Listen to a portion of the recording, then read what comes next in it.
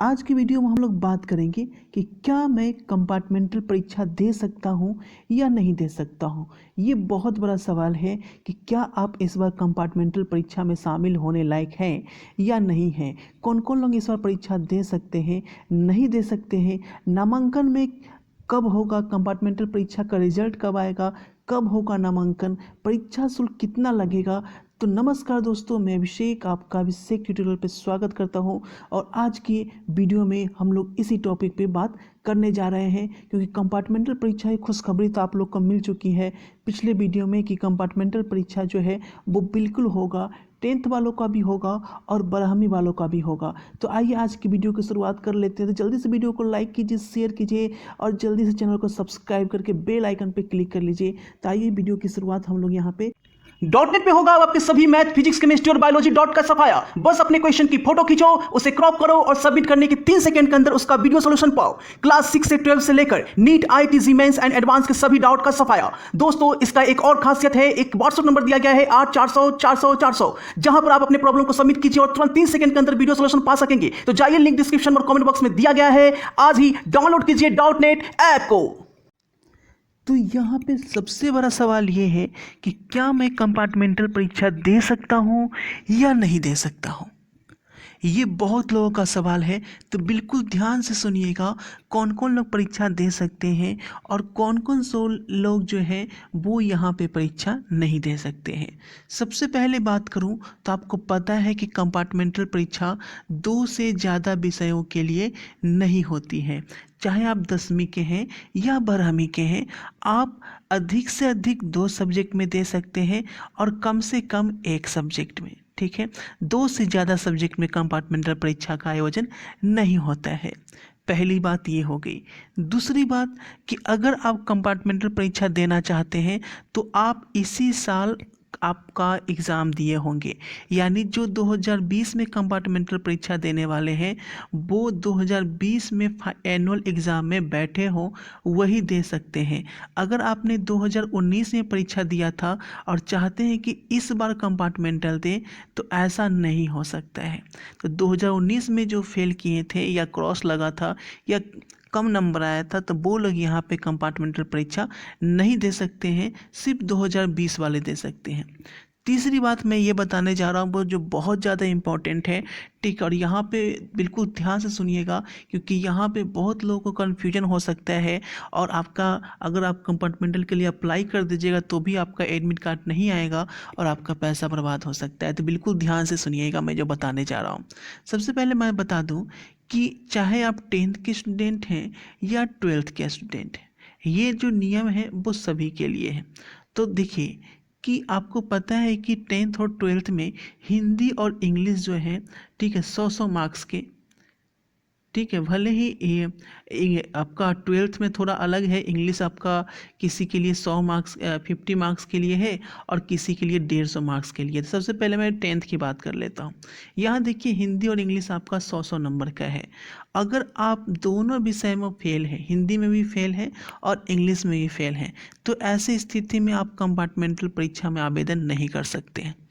मेरी बात समझें, अगर आप हिंदी में भी फेल हैं यानी लैंग्वेज पेपर में दोनों में फेल हैं तो आप कंपार्टमेंटल परीक्षा में नहीं बैठ सकते।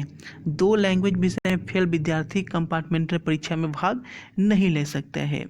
और तो इसमें ये जान लीजिए कि मान लीजिए आप हिंदी में फेल हैं और दूसरे कोई सब्जेक्ट में फेल है, मान लीजिए साइंस में फेल है, मैं 10th वालों की बात पहले समझा रहे हैं, ठीक है, तो आप कंपार्टमेंटल दे सकते हैं। या इंग्लिश में फेल है और आप सोशल साइंस में फेल हैं तो भी आप कंपार्टमेंटल परीक्षा दे सकते हैं। कुल मिलाकर 2 सब्जेक्ट में फेल हो या 1 सब्जेक्ट में फेल है, सिर्फ हिंदी में फेल है तो भी दे सकते हैं, सिर्फ इंग्लिश में फेल है तो भी दे सकते हैं। समझ रहे मेरी बात को।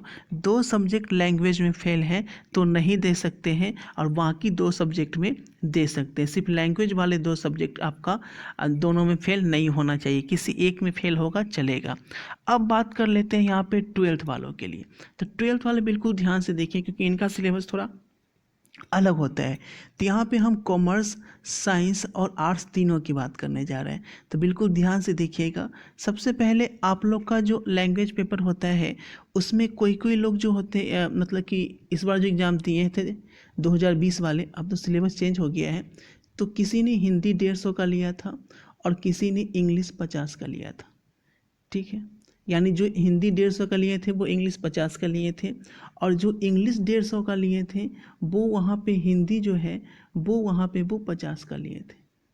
तो यहाँ पे ध्यान से सुनिएगा, अगर आप 50-50 वाले जो नंबर है, हिंदी का 50 नंबर कंपलसरी और इंग्लिश का 50 नंबर कंपलसरी, अगर इन दोनों सब्जेक्ट में दोनों में आप फेल हैं, ध्यान से सुनिएगा, अगर जो 50 नंबर का एनआरबी और 50 नंबर का इंग्लिश होता है, अगर आप ये दोनों सब्जेक्ट में फेल हैं तो ऐसी सिचुएशन में आप कंपार्टमेंटल परीक्षा के लिए आवेदन नहीं कर सकते हैं, क्योंकि ये लैंग्वेज पेपर हो जाता है और ये कंपलसरी है। तो जो भी कंपलसरी सब्जेक्ट है ना, उसमें अगर आप फेल हैं तो आप कंपार्टमेंटल परीक्षा के लिए आवेदन नहीं कर सकते हैं, सिर्फ 50 नंबर वाले। ठीक है, समझ रहे हैं, यानी दोनों 50 नंबर फेल हैं तो नहीं कर सकते हैं। लेकिन अगर मान लीजिए हिंदी आपका 100 नंबर का है, उसमें फेल है, और यहाँ पे इंग्लिश 50 नंबर का है और इसमें भी फेल है। ठीक है, तो अब बोलिएगा सर कि हिंदी 100 नंबर वाला और इंग्लिश 50 नंबर वाले में हम एग्ज़ाम दे सकते हैं क्या? तो बिल्कुल दे सकते हैं। ठीक है, 100 और 50 का कम्बिनेशन रहेगा तो दे सकते हो, लेकिन 50-50 फेल हो तो आप नहीं दे सकते हैं, समझ गए?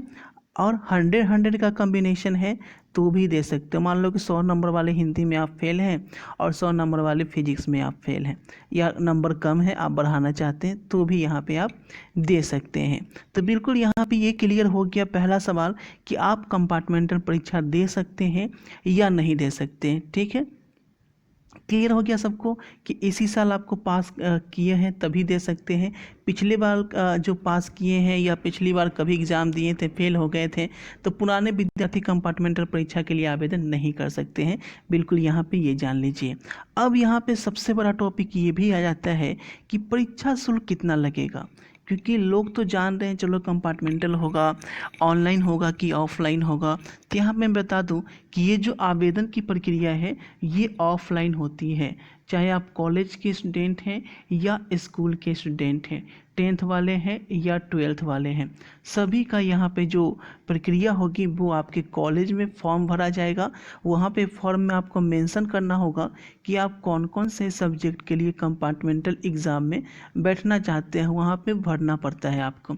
ठीक है, एक फॉर्म भरा जाता है, उसके बाद जो भी आपका विंडो होती है जहाँ पर पैसा देकर आपको रिसिप्ट दिया जाता है, वहाँ पे जो फ़ी लगेगा, वहाँ पे एक रिसिप्ट दिया जाएगा पिंक या येलो कलर का, तो वहाँ पे जो फ़ी लगेगा वो जान लीजिए पर सब्जेक्ट आपको 1300 से 1350 रुपया लग सकता है, चाहे आप मैथ के हैं चाहे आप 10th के हैं या 12th के हैं, 1300 आपका लगता है। ठीक है, 1300 रुपया आपका लग सकता है पर सब्जेक्ट का। यानी अगर आप 2 सब्जेक्ट में कंपार्टमेंटल देने जा रहे हैं तो आपको 2600 रुपया आपको लग जाएगा, इससे ऊपर लग सकता है, 2600-2700 मान के चलिए आपका लगेगा। एक चीज़ और जान लीजिए, जैसे आपका पहले एग्ज़ाम होता था एनुअल एग्जामिनेशन, जैसे आपने 2020 के में जो एग्ज़ाम दिए फरवरी मार्च में, जैसा एग्ज़ाम दिए उसी तरह का पेपर होगा, और इसमें भी आपका सेंटर दिया जाएगा। जैसे सेंटर दिया गया था ना कि आपका घर पटना मतलब कि कहीं और है और आपको पटना में सेंटर दिया गया, तो इसी तरीके से इसमें भी आपको सेंटर दिया जाता है। बिल्कुल रियल एग्ज़ाम जैसा ही एग्ज़ाम होता है, बिल्कुल इससे हल्के में ना लें। इस पर क्रैश कोर्स चल रहा है, आप चाहें तो ज्वाइन कर सकते हैं। क्रैश कोर्स का मतलब आपको PDF दी जाएगी जिसके चार्जेज जो हैं वो आज के लिए ही 500 हैं, उसके बाद आपका कल से 700 हो जाएंगे। तो अब बिल्कुल आप चाहें तो ज्वाइन कर सकते हैं। व्हाट्सएप नंबर है 9504510500। अब यहाँ पे बात कर लेते हैं हम लोग कि नामांकन का मौका कब मिलेगा। सबसे बड़ी बात जो है लोगों में कि सर एडमिशन कब होगा। मान लीजिए कंपार्टमेंटल का परीक्षा दे रहे हैं तो एडमिशन कब होगा। तो सबसे पहले मैं बात करता हूँ 10th वालों की। देखो 10th वालों, आप लोग को पता है कि इंटर में एडमिशन आप लोग का जारी है, है ना। और डेट करीब करीब ख़त्म होने को भी है, आपका 17 जुलाई तक ही एडमिशन की प्रक्रिया चलने जा रही है। तो ऐसे स्थिति में 10th वाले तो क्लियर है कि आप लोग को मौका इस साल नहीं मिल पाएगा। अगर सीट बच जाता है, क्योंकि इस बार सीट बढ़ गया है, अगर बचता है तो, लेकिन मेरे ख्याल से नहीं बचेगा सीट इंटर में, क्योंकि सीबीएसई का रिजल्ट भी यहाँ पे आ गया है, आईसीएसई का भी आ गया है। तो बहुत लोग सीबीएसई तक 10th तो पढ़ते हैं बिहार में, बिहार की बात करें तो सीबीएसई तक 10th पढ़ते हैं मैक्सिमम लोग, लेकिन जैसे ही वो 12th में जाना चाहते हैं तो डायरेक्ट वो बिहार बोर्ड में एंट्री मारते हैं और आईआईटी, जेईई मेंस, इन सब की तैयारी करने के लिए कोचिंग क्लासेस ज्वाइन कर लेते हैं। ठीक है, ये मेंटलिटी होती है, इसलिए यहाँ पे सीट आपको खाली नहीं मिलेगी, आपको एक साल अगले साल ही एग्ज़ाम देना होगा। तो आप बोलिएगा कि सर अगले साल ही देना है तो कंपार्टमेंटल क्यों दें, वो हम फिर से रजिस्ट्रेशन पे फॉर्म भर दें। तो आप जान लीजिए कि एक रजिस्ट्रेशन पे आप 3 बार एग्ज़ाम दे सकते हैं, एक रजिस्ट्रेशन नंबर पे 3 बार एग्ज़ाम दे सकते हैं। ठीक है ना। तो आप अगले साल दे सकते हैं एग्ज़ाम फिर से, लेकिन वहाँ पे ये होगा कि आपको ऑल सब्जेक्ट का एग्ज़ाम देना होगा। अगर अगले साल फिर से एग्ज़ाम देना चाहते हैं तो सभी सब्जेक्ट का, यानी कि फेल थे एक सब्जेक्ट में और देना होगा पूरा एग्ज़ाम, फिर से तैयारी करनी पड़ेगी, इसलिए कंपार्टमेंटल एग्ज़ाम दिया जाता है। ठीक है। अब यहाँ पे हम बात करेंगे 12वीं वालों के लिए कि उनका जो नामांकन का मौका है वो कब मिलेगा। देखिए, आप लोग के लिए अभी तक ग्रेजुएशन में जो एडमिशन की प्रक्रिया है सभी जगह शुरू नहीं हुई है। अभी बता दें कि आपका पटना यूनिवर्सिटी में चल रहा है, जिसका 14 अगस्त तक लास्ट डेट है। पटना यूनिवर्सिटी में ग्रेजुएशन का जो पार्ट 1 का एडमिशन चल रहा है वो 15 अगस्त तक लास्ट डेट है। पाटलिपुत्र भी अभी शुरू नहीं की है, और कहीं भी दरभंगा यूनिवर्सिटी हो, ठीक है, या मगध यूनिवर्सिटी हो, ठीक है, और एक बीर कुंवर में, ये सब में हो गया है, लेकिन एक दो को छोड़ दिया जाए, दो को यूनिवर्सिटी को, तो बाकी जो भी यूनिवर्सिटी है, 8 यूनिवर्सिटी हैं, टोटल 10 हैं, तो 8 में अभी तक शुरू नहीं हुआ है। और डिस्टेंस कोर्स की बात करें तो आपको बता दूं कि इग्नू जो ओपन है डिस्टेंस कोर्स कराती है ग्रेजुएशन का, उसमें भी आपका हो चुका है शुरू, और उसके लिए 31 जुलाई तक लास्ट डेट है। तो इग्नू में तो आपको मौका नहीं मिलेगा।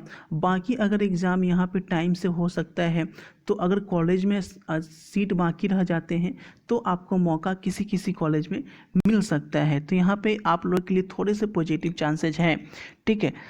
तो क्योंकि अभी पता है कि लॉकडाउन हो गया है, तो ऐसे में एडमिशन की प्रक्रिया अभी शुरू हुई नहीं है ग्रेजुएशन वालों की, तो इसमें थोड़ा सा विलम्ब भी हो सकते हैं, लेकिन विलम्ब होगा नहीं, क्योंकि ऑनलाइन के रजिस्ट्रेशन शुरू करना है, ऑफलाइन तो करना नहीं है, तो ऑनलाइन वाला काम तो आपका हो ही जाएगा। ठीक है, क्योंकि ऑफिशियल वर्क स्कूल कॉलेज में किया जा रहा है।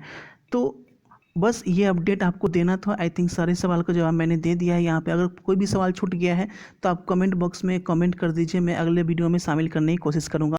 तो जल्दी से वीडियो को लाइक कीजिए, शेयर कीजिए, और चैनल पे पहली बार है तो बिल्कुल सब्सक्राइब करिए, ज़्यादा से ज़्यादा अपने दोस्तों के साथ शेयर करें। मिलते हैं आपसे अगले वीडियो में। Thanks for watching this video.